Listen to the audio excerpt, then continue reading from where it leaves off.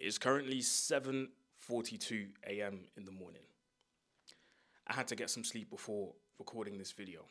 Woke up in the morning, shower, freshened up, got my top on, put the cap on and said, let me record this video. Honestly, first things first, big up to all the international United fans, because you guys trying to watch United games week in, week out, and sometimes there's early kickoffs at 12, which means that you guys have to wake up at like 5 to try and watch these games. Big up, big up, big up. And the fans in Australia as well, sometimes waking up at stupid o'clock to watch these games. We understand now. We understand now. But honestly, listen, forget the scoreline. And I know people in the comments are going to come already and say, you're getting giddy, you're getting gassed, and it's only pre-season. Well, why can't you do that in the league week in, week out? When's the last time we see Man United win 2 games in a row at all? When's the last time we see Man United win 2 games and play well? When's the last time we seen Man United win 2 games in pre-season and play well? It's been a long time, and you'll have a hard time researching that stuff. So we have to give credit where it's due. We have to take the positives and take into the last pre-season game against Everton on Sunday. Now listen, there was a reason why I said that I loved this pre-season tour before it even started. And I said I loved this because we're playing Premier League sides only. Well, apart from the last game, we're playing Fiorentina. But I believe that's a David De Gea tribute at the same time, kind of thing. Because he never, because he never really got the send-off that he deserved. So I believe it's linked to that. But anyway, I loved this preseason tour before it even started because we were about to play Premier League sides only. Played against Leeds, played against West Ham, played against Bournemouth. And I'll be honest, the first game against Leeds, I didn't think we played well.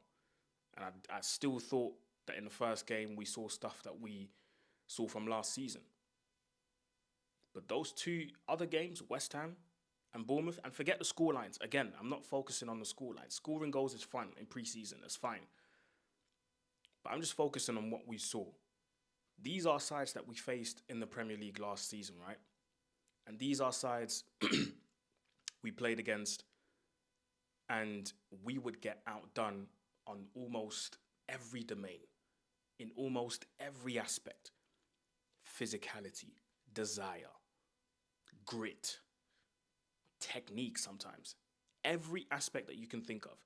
Against these sides, I swear Bournemouth beat us 3-0 like twice.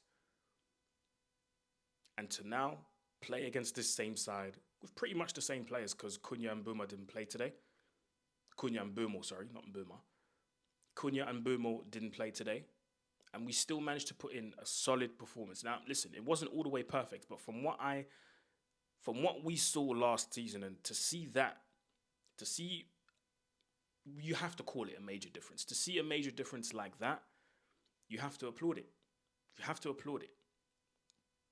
You know, I thought the backline of Euro, Maguire, and who was it again? And Heaven were really good. It was Shaw, actually. Sorry. It was Shaw. Euro, Maguire, and Shaw. I actually thought they were okay. Lenny Euro, once again, man, as comfortable as ever on the ball. And I spoke to Lenny Euro after the game in Stockholm against Leeds, and he said, the reason why I'm so calm on the ball is because that's my style of play. I like to get on the ball. I like to get on the ball. I like to, play passes. I like to travel with the ball as well. And this is what we saw tonight. This is what we saw from Lenny Euro. And honestly, I'm not trying to say if he stays fit as if he's an injury-prone player. But if this guy manages to stay fit for a whole season, listen, you've got yourself a very, very good defender. And listen, for me, he's already worth the money that was paid for him. There's a reason why Real Madrid were after this guy. And I believe what Dean Howson is doing for Real Madrid right now, Lenny Euro was meant to be the right centre-back version of that. And these 2 in the same team would have been crazy, I'm not going to lie. But the fact that Manchester United managed to get this guy in and paid the money that they paid, it's looking like chicken change right now, honestly. Now, the other two, Maguire and Luke Shaw, Maguire had to be subbed off at half time. I think I don't know why. Maybe prevention or precaution. I don't know. Luke Shaw actually had a solid performance, but you never know with Luke Shaw. He can have two good games and then he'll get injured and then he'll be out for months. So unfortunately with him, I have to reserve my excitement a little bit. And to be honest, for me, it's too little too late. He's been at the club for 10 years and we still haven't managed to get a full season out of Luke Shaw. I believe that should be the bare minimum. In my opinion, that should be the bare minimum. The two wingbacks today were a bit different. Usually it's Ahmad on the right and Dorgu on the left. Dorgu did play on the left, and it was Dallo on the right. It was okay from Dallo. It was a solid performance, in my opinion, from Dallo. On the other hand, excuse me, I don't know why I keep doing this. On the other hand, though, Patrick Dorgu, he's arrived, man. He has arrived, finally. I don't know why people thought a young kid from Lecce coming to Man United halfway through the season was going to completely change our fortunes. I don't know why people were thinking that, because it wasn't the case and it was never going to be the case, I thought Patrick Dorgu was absolutely excellent. From the first minute, I swear, he put in a tackle, won the ball back and phew, he was bombing down that left-hand side. We saw speed, we saw tenacity, we saw good technique on the ball, we saw him travelling and driving with the ball, we saw him win the ball back, we saw him go round the outside, drift inside sometimes. We're seeing a completely different side from Dorgu, and I don't know why people were judging him so harshly when he came.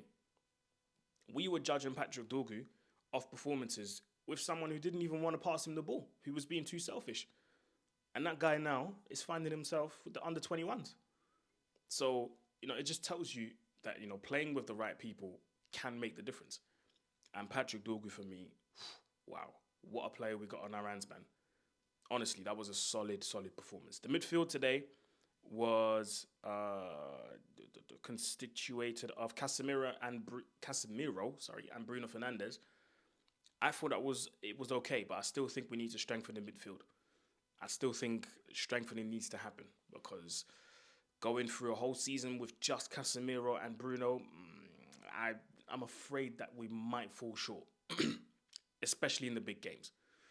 Now, I did like the fact that Bruno Fernandes kept it simple, and this is just another proof for me that he's being told what to do and he's actually following those instructions. We're not seeing the Hollywood passes anymore.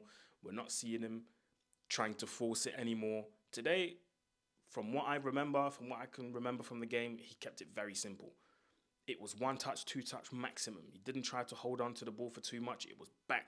And this is something that I actually liked. When we won the ball back, it was bang, bang, bang, bang. We didn't try and hold it too long. We try and transition quickly, and we have the players for it.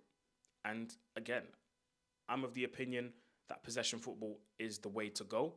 But if you are going to do this counter-attacking thing, you better play quick and use the players that have the pace to your advantage, like the likes of Dorgu, the likes of Ahmad, etc., etc. So I think that midfield today was solid, but it needs improving. We need to go into the market and get a midfielder, because Casemiro, Bruno was good for today, but I don't think it's going to be good for a full season. Same with Ugarte. I trust in Maino though, but we need to surround that midfield with a ball player, because if you are going to play those passes that were played in the first half, that one pass that's going to split the defense, you're not guaranteed that Bruno's going to play those passes successfully every game. Casemiro, you're not going to be guaranteed that he's going to play those passes successfully every game. You're not guaranteed that. So I would go ahead and get a new midfielder. The 2 10s, Mason Mount and Amad Diallo. I thought Amad Diallo was actually really good in that 10. Got a goal as well to crown his performance. I'm not really the biggest fan of him playing as a right wing back, because he's got to do much more defending than he usually does. But he's actually good at it. That's the crazy thing. Everywhere you play this guy, he's just really, really good. But in a 10, or one of the 10s, I actually thought he was good today. He was good, man.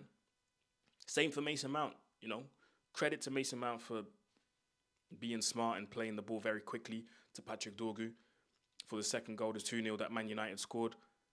You know, quick ball over the top. Patrick Dorgu shows off incredible strength, shrugs off the defender, slots it in to make it 2-0. And Højlund. Højlund heard the rumours of Benjamin Sesko and said, nah, you guys ain't getting rid of me.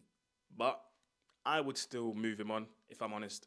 I think the 2 years he's been at the club, he's had more than enough time to show what he's about, and it's just not worked out. Even today, he got the goal, obviously, after a cross from Dorgu. I don't know if he actually got his head to it, but, you know, he claims the goal, which is fair. No problem. Strikers do that. But apart from that, I mean, you could tell sometimes he was trying to do too much, because sometimes he tried to play like a defense splitting pass at one point, and it just completely failed. Yeah, like you can tell technically on the ball, like the quality is just not there.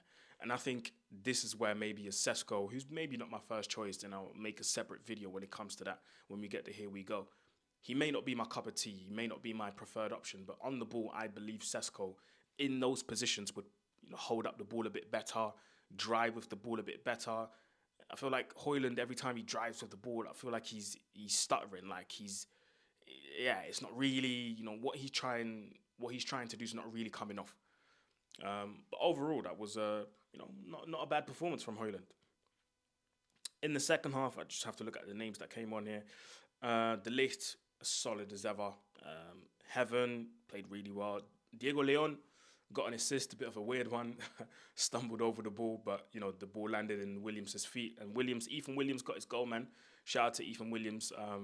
You know, I shook his hand after the game in Stockholm as well against Leeds. Didn't really get to talk, but, you know, I can tell he watches my stuff. So big up Ethan, man. Big up Ethan. Yeah, he was just like, yo, bro, you good? You know, so I didn't even know, you know, but from the interaction, I could tell, okay, he knows who I am. So, yeah, got his goal. Took it well, to be fair. Took a touch and then bang, out of his feet. And yeah, listen, I have... Kobbie Mainoo, by the way. What a cameo. I know he only played 20 minutes, but that cameo for me was another guy. I told you guys after the game against West Ham, build around this guy. Build around him. Build around him. So, for me, that was a good performance, man, overall. Yeah, so we move on to Sunday.